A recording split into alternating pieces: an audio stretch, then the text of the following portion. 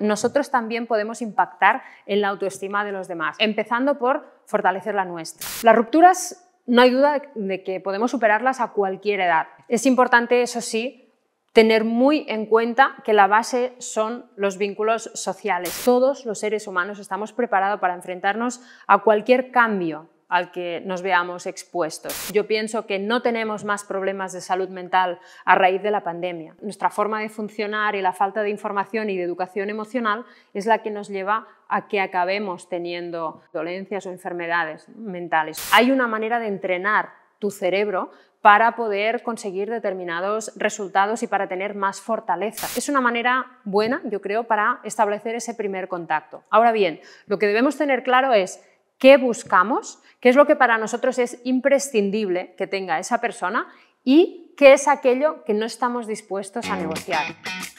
Lo que nos preocupa, un podcast de Argal presentado por Silvia Congost para ocuparnos de lo que preocupa a la sociedad. Hoy, con Silvia Congost, lo que no nos enseñaron. ¿Cómo ocuparse de los temas que a todos y a todas nos preocupan? El bienestar es una parte fundamental de nuestras vidas. Las personas, sabiéndolo o no, siempre lo hemos buscado. Pero para encontrarlo de verdad necesitamos las herramientas que nos ayuden a embarcarnos en un camino de aceptación, valoración y reconciliación con uno mismo y con los demás. A lo largo de esta primera temporada de Lo que nos preocupa, nos hemos ocupado de los temas que más nos afectan ahora mismo como sociedad y que, de una forma u otra, al identificarlos, enfrentarlos y visibilizarlos, nos alientan a tener una vida más plena y una salud mental y emocional más reforzada. En este último capítulo me gustaría que me acompañes en un viaje que, para muchos de nosotros, se nos hace difícil hacer las maletas: la autoestima y las relaciones interpersonales. En mi experiencia como psicóloga he podido escuchar las vivencias de muchas personas y en las que a menudo el denominador común ha sido la falta de amor y de empatía, no solo con los demás, sino también con uno mismo. En los anteriores capítulos de este podcast tuvimos a diferentes invitados e invitadas con las que hablamos de los temas que más nos preocupan y para ocuparnos de ellos, cada uno me hizo una pregunta que quedó por resolver. En este último episodio daremos respuesta a todos ellos para superar juntos los desafíos comunes a los que nos enfrentamos en nuestras relaciones diarias. Vamos entonces a descubrir más sobre las relaciones humanas, explorando temas como la autoestima, la dependencia emocional y la identificación y gestión de relaciones tóxicas. Prepárate para sumergirte en un diálogo transformador que nos ayudará a comprender mejor nuestro mundo interior y nuestras interacciones con los demás. El autoestima al final siempre es algo que que nos centramos en qué podemos hacer para mejorar nuestra autoestima, nosotras, etc. Pero yo lo que quiero que nos responda Silvia es qué puede hacer el resto de la sociedad para ayudar a la autoestima de las personas. Esta pregunta es muy interesante porque a veces no lo pensamos, pero nosotros podemos promover también la autoestima. Nosotros podemos hacer que los demás tengan mejor autoestima. A veces parece que es como, bueno, solo la autoestima la tiene que fortalecer uno mismo y cada uno tiene que hacer su propio trabajo, pero nosotros también podemos impactar en la autoestima de los demás. ¿Cómo hacerlo? Bueno, pues empezando por fortalecer la nuestra, ¿no? Esto sí, si yo tengo una buena autoestima, cuando yo me relacione con otras personas, me verán esa seguridad, verán que me siento a gusto conmigo misma, verán que no me critico, que no me menosprecio, que no me comparo. Y eso acabas brillando de una forma que esa luz se percibe y haces que los demás también quieran más de eso, ¿no? Otra, por ejemplo, es tratar a los demás otra forma de promover la autoestima es tratar a los demás con respeto, permitirles ser quienes son sin intentar cambiarlos, ¿no? Muchas veces tenemos esa tendencia a decirles a los demás que tienen que ser diferentes, que les iría mejor si cambian esto, si cambian lo otro, y al final eso nos hace sentir que no somos adecuados, que no somos suficientes, que no somos valiosos por ser como somos. Entonces, eso nos empequeñece en vez de engrandecernos, ¿no? Y creo que tratar de hacer brillar las fortalezas ajenas, dar reconocimiento, ¿no? Cuando ves a una persona, decirle las cosas buenas que percibes en ella. Tratar de que también las vea es otra forma de promover esa autoestima en los demás y que las otras personas aprendan a quererse, a amarse más y a mostrarse más tal y como son, en vez de sentirse pequeñas y querer esconderse, que es lo que nos pasa muchas veces. A mí me gustaría que nos centráramos en el tema de las relaciones, que sé que para ti también es muy importante, Silvia, y me gustaría que nos contaras cómo se puede superar el duelo por una amistad. Cuando lo dejas con una amiga, no con una pareja, ¿cómo puedes superar ese duelo que me parece muy duro y muy importante? El duelo por una amistad se supera igual que se supera cualquier otro tipo de duelo. Se trata de una pérdida, se trata de un cambio importante en nuestra vida y nosotros debemos entender, primero para empezar, que todos los seres humanos estamos preparados para enfrentarnos a cualquier cambio al que nos veamos expuestos. No hay una situación a la que la vida nos exponga para la que no estemos preparados. Entonces, teniendo en cuenta esto, teniendo en cuenta que por difícil que nos parezca, tenemos lo que necesitamos, a veces no lo tenemos en nosotros, pero tenemos la capacidad de pedir ayuda. Y a partir de ahí tenemos que empezar a adentrarnos en ese proceso de duelo que implicará pues, pasar por una serie de etapas que si es una amistad serán las mismas que cuando acaba una relación de pareja o cuando fallece alguien a quien queremos, ¿no? Pues pasaremos por la negación, pasaremos por la rabia, pasaremos por la tristeza y al final llegaremos a la aceptación.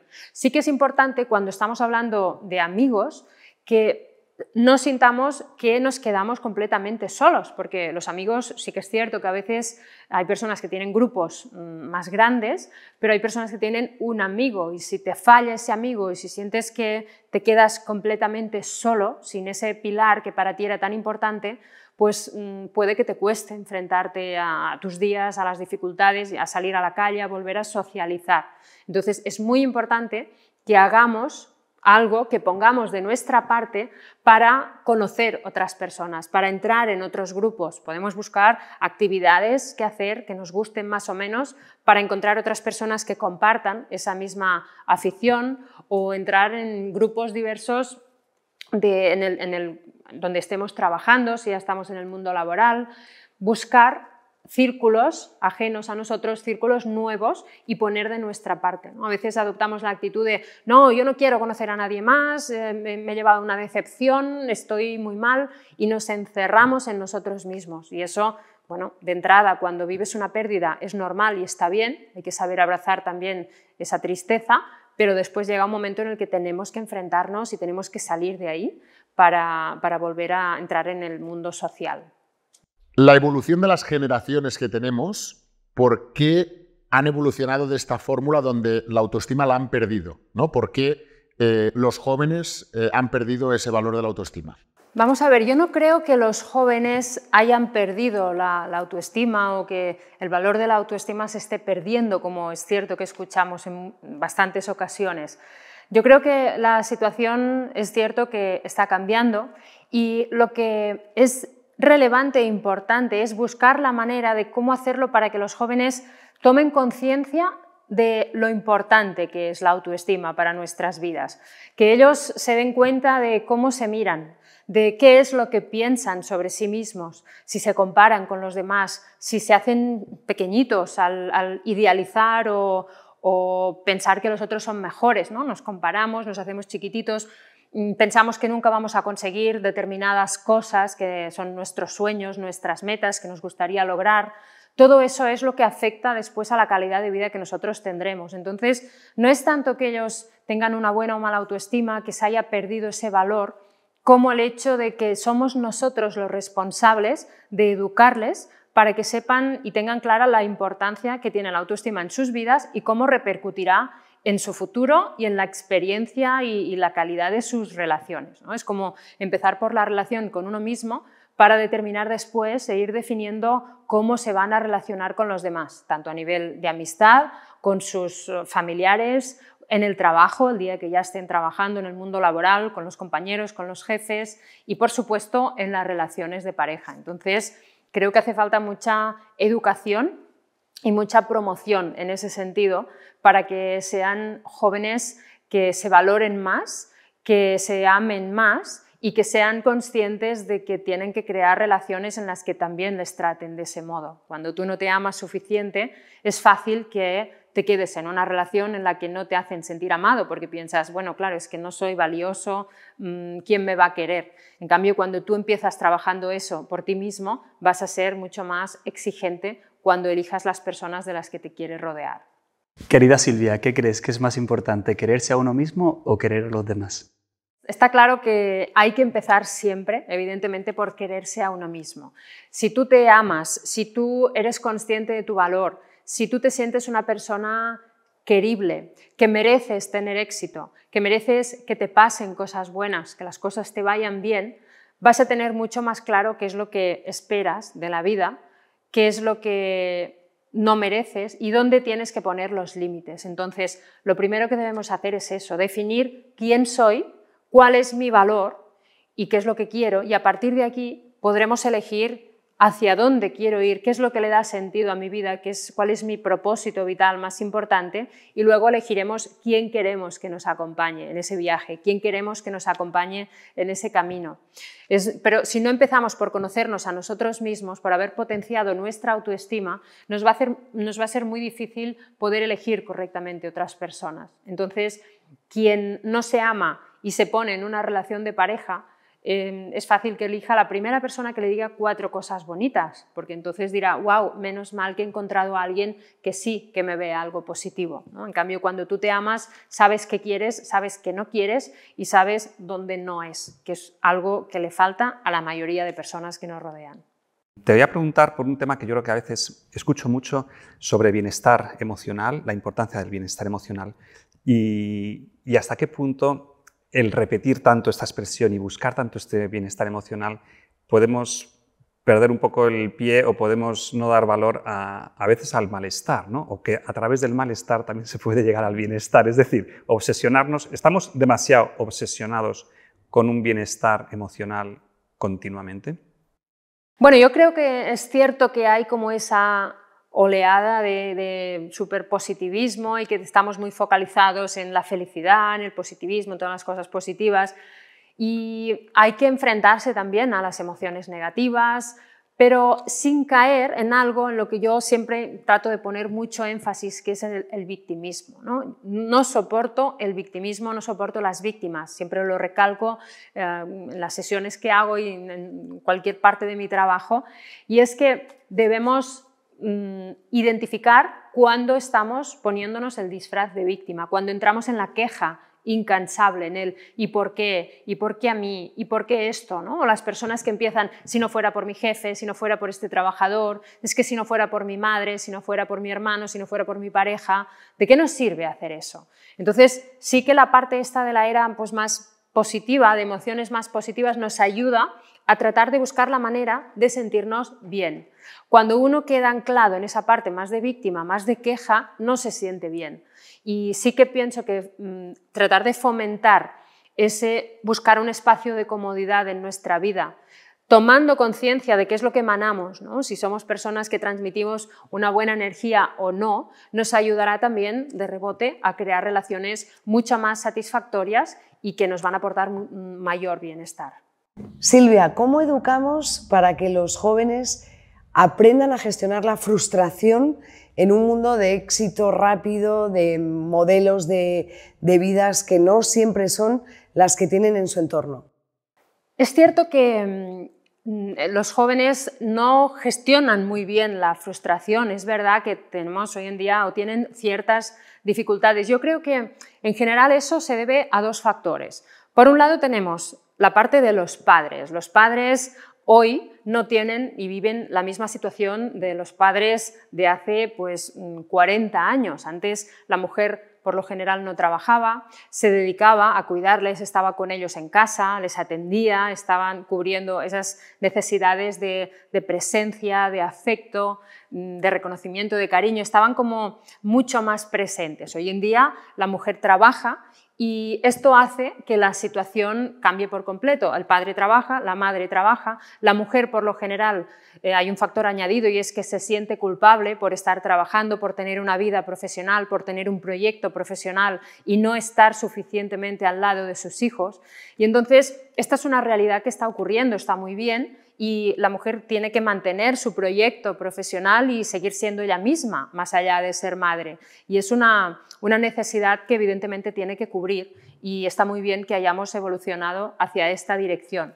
Lo que pasa es que después, la segunda parte es que como uno se siente culpable y siente que no está suficientemente al lado de su hijo, cuando puede le colma a regalos, le pone todas las cosas muy fáciles, antes de que el niño tropiece ya le ha levantado del suelo para evitar pues, que lo pase mal. Entonces tendemos a una sobreprotección debido a ese malestar o a esa culpabilidad que muchas veces sentimos, lo cual es muy malo también. Yo creo que sobreproteger a nuestros hijos es una forma de maltrato casi, lo hacemos sin darnos cuenta, pero no les estamos haciendo ningún bien, al contrario, les estamos perjudicando mucho precisamente por lo que comentas, porque después no van a ser capaces de gestionar esa frustración. Están acostumbrados a tener las cosas fáciles y a que todo ya les venga hecho, y entonces no saben qué hacer cuando las cosas no salen bien, cuando encuentran dificultades por el camino y cuando tropiezan, ¿no? Muchas veces no han sido capaces de demostrarse a sí mismos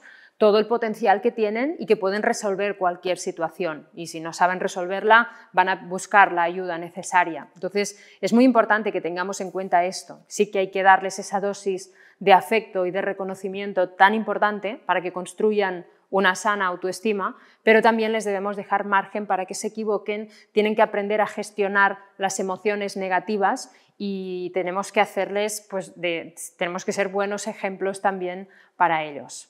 Silvia, estoy pensando en esa gente que tengo a mi alrededor, esas parejas que acaban de romper y tienen ya cierta edad y tienen que volver a reconectarse con la vida y están pasando esas rupturas. ¿Qué les dirías a esas personas que acaban de romper una relación y sienten que no van a volver a enamorarse?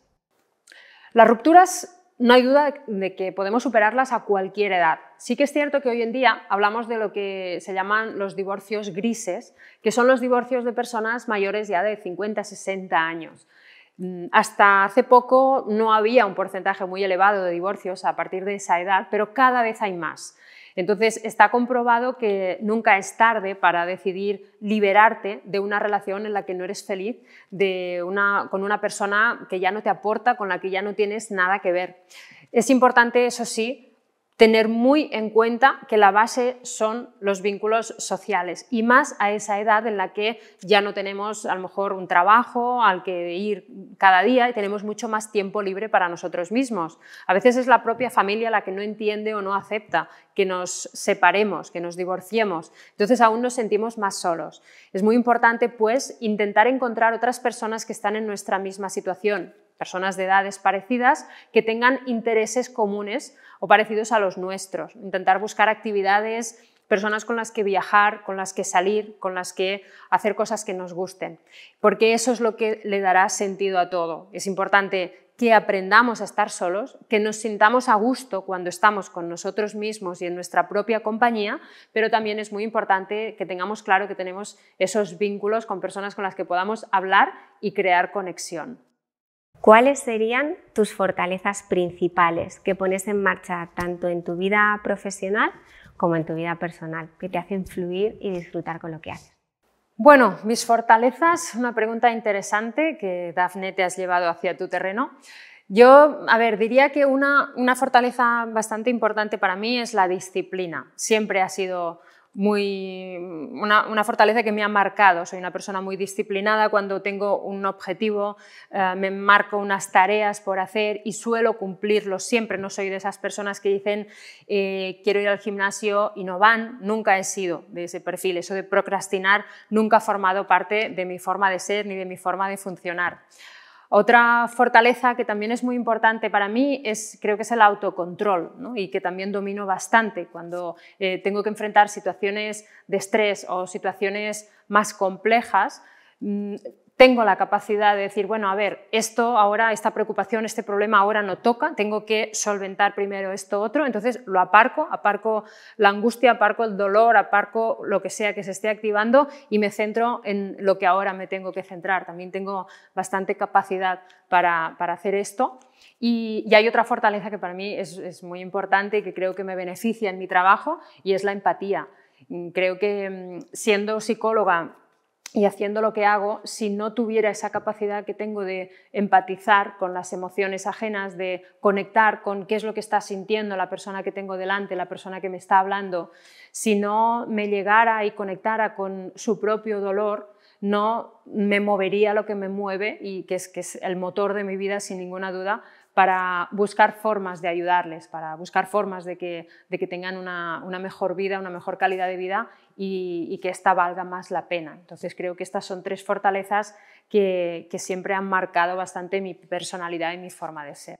Hemos hablado mucho de desconexión, de conexión digital, de móviles. Silvia, ¿cómo crees que hubiera sido tu infancia y en particular tu vida en cole, instituto, tu relación con tus compañeros si hubiéramos tenido móviles cuando éramos a nuestra edad, vamos?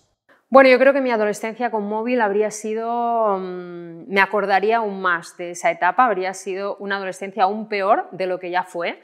Yo fui una adolescente con muy mala autoestima, me comparaba, no me sentía a gusto conmigo misma, me sentía mucho más pequeña, pensaba que nunca iba a conseguir nada. Entonces yo creo que el hecho de tener móviles, el hecho de tener aplicaciones o redes sociales, como tenemos hoy en día, lo habría empeorado, porque esa parte de mostrarte hacia los demás, ese miedo a qué van a pensar los demás de mí, cómo me van a ver, ese juicio constante que de hecho tienen muchos jóvenes también hoy en día, me habría hecho que esa etapa de mi vida fuera aún peor. Así que, bueno, la adolescencia por lo general es una etapa que tenemos muchos cambios internos cuando la atravesamos, que nos vuelven mucho más vulnerables, mucho más sensibles, y creo que nosotros pues lo teníamos un poquito mejor hace unos años, pero no pasa nada, hay que aprender a gestionarlo tal y como lo tenemos ahora. Pues mira, Silvia, tengo una duda. El otro día estaba viendo justamente una información sobre que las mujeres casadas viven peor, menos años y trabajan hasta 7 horas más que los hombres, y en cambio los hombres casados tienen mejor salud y tienen hasta 2 horas y media más de tiempo libre que cuando están solteros. Entonces mi pregunta es, ¿puede tener algo que ver el estar en pareja que empeore o mejore la salud de uno o de los dos sexos en general? Me interesa mucho saber esto. Sí, yo creo que eso tiene bastante sentido, porque es cierto que venimos de una sociedad, de una cultura, de unos valores en los que la mujer tiende a adoptar muchas más responsabilidades dentro de las relaciones, a veces porque ya lo lleva inculcado, otras veces porque considera que el hombre no lo va a hacer suficientemente bien. Entonces tiene que pensar en muchas más cosas y se hace cargo de muchas más cosas. El hombre, en cambio, como tiene la mujer que ya lo hace, pues se relaja y es como que adopta una postura más de comodidad, como cuando vivía en su casa y se lo hacía a su madre. No es así, cuidado, en todos los casos. Hay muchísimos hombres que colaboran y que comparten tareas y que son altamente eficientes, pero sí que hay una cierta tendencia a seguir aún con esos roles que hemos heredado, ¿no? Por eso muchas veces cuando las mujeres se separan notan una liberación y es como que incluso rejuvenecen, ¿no? Y lo vemos también en nuestra vida porque tenemos también esa tendencia muchas mujeres a cuidar a los demás, esa parte de cuidadoras, y si no lo hacemos nos sentimos mal y eso es evidentemente un peso añadido. Por eso tenemos que tomar conciencia de cómo lo hacemos. No se trata de que no podamos estar en pareja, pero sí buscar la forma de que haya ese equilibrio que no nos desgaste tampoco. Hemos superado el COVID como enfermedad, pero no sé si a nivel de salud mental la pandemia continúa teniendo efectos sobre nuestra sociedad. ¿Crees que ya hemos superado la pandemia de la salud mental que vino asociada a la del coronavirus? Esta pregunta es cierto que me la han hecho muchas veces y hay un grupo de profesionales que afirman y están convencidos de que la población en general, la sociedad, sufre más, hay más problemas de salud mental a raíz de la pandemia. Yo, sin embargo, no soy de ese grupo. Yo pienso que no tenemos más problemas de salud mental a raíz de la pandemia. Vamos a ver, la pandemia ha implicado muchos aspectos negativos, ha tenido muchas consecuencias negativas. Evidentemente, esto está claro para muchas personas, aquellas, por ejemplo, que han perdido a un ser querido por esta enfermedad, personas que a lo mejor han perdido su trabajo, acababan de emprender un negocio y han tenido que cerrarlo. Hay muchas situaciones y muchas realidades que se vieron afectadas por esta situación tan inverosímil que nos vimos obligados a vivir. Pero también es verdad que eso duró un tiempo, duró el tiempo que duró y luego volvimos a la normalidad. Entonces nuestra vida sigue, continúa y el ser humano tiene la capacidad innata de dejar atrás cuando algo ya ha pasado y seguir con su vida y seguir con su camino. Entonces, todas las otras personas que no tuvieron pérdidas tan significativas siguen teniendo los mismos problemas que tenían antes.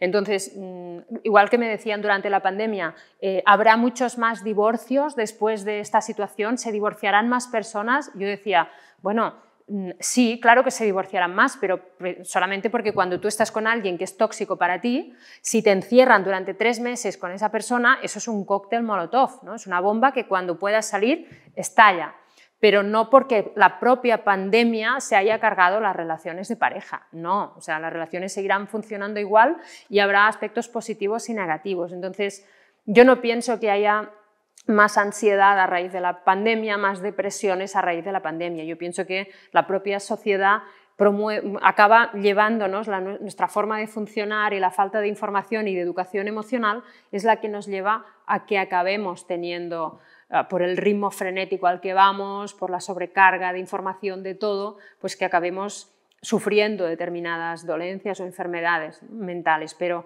no la pandemia.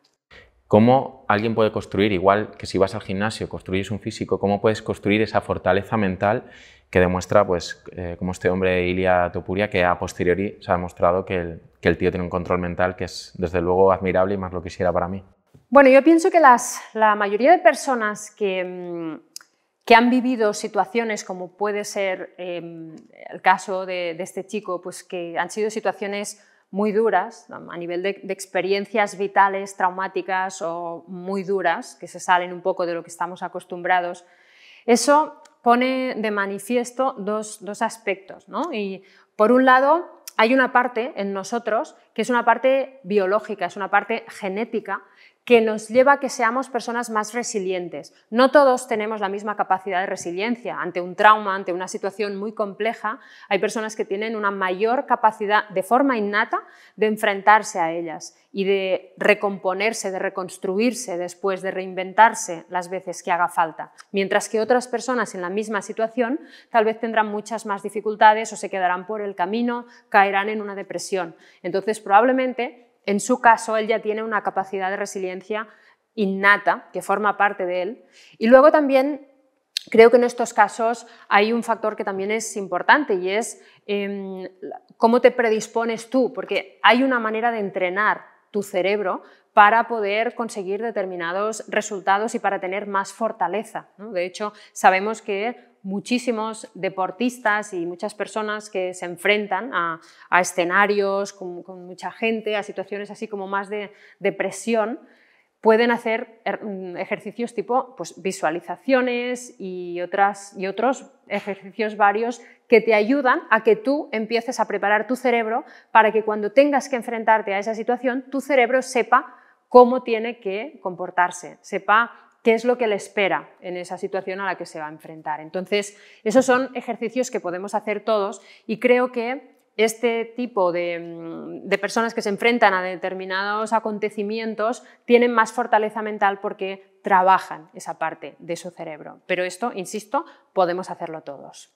Todo ha cambiado mucho y ha cambiado incluso la forma de ligar y de conocerse. Entonces, ¿qué opinas de que las personas liguemos por Internet?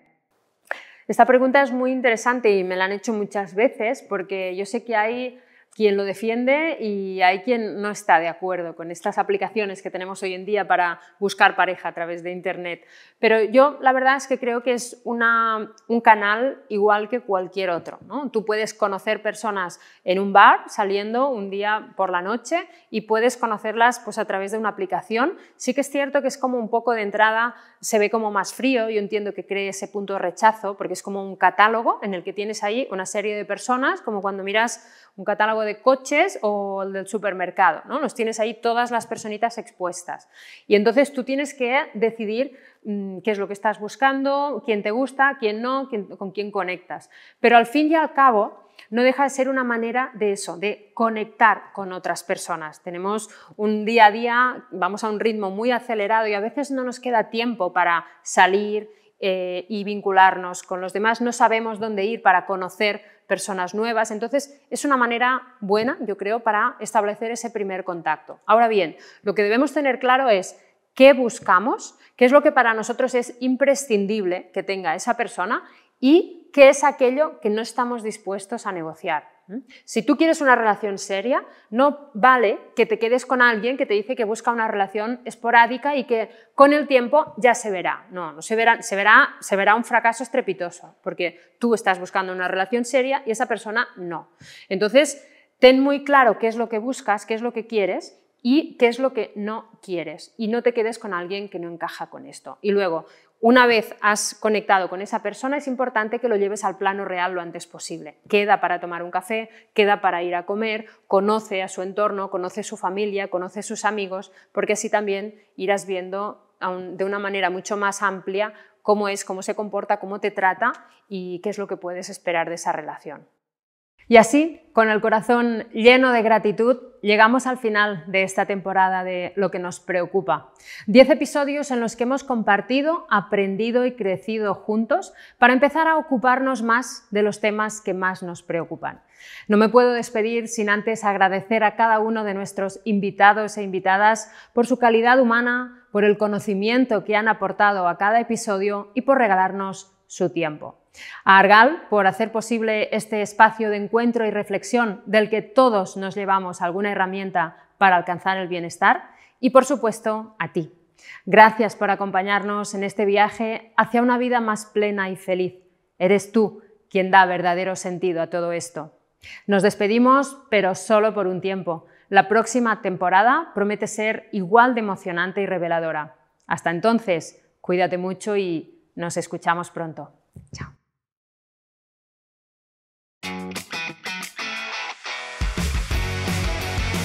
Lo que nos preocupa, un podcast de Argal.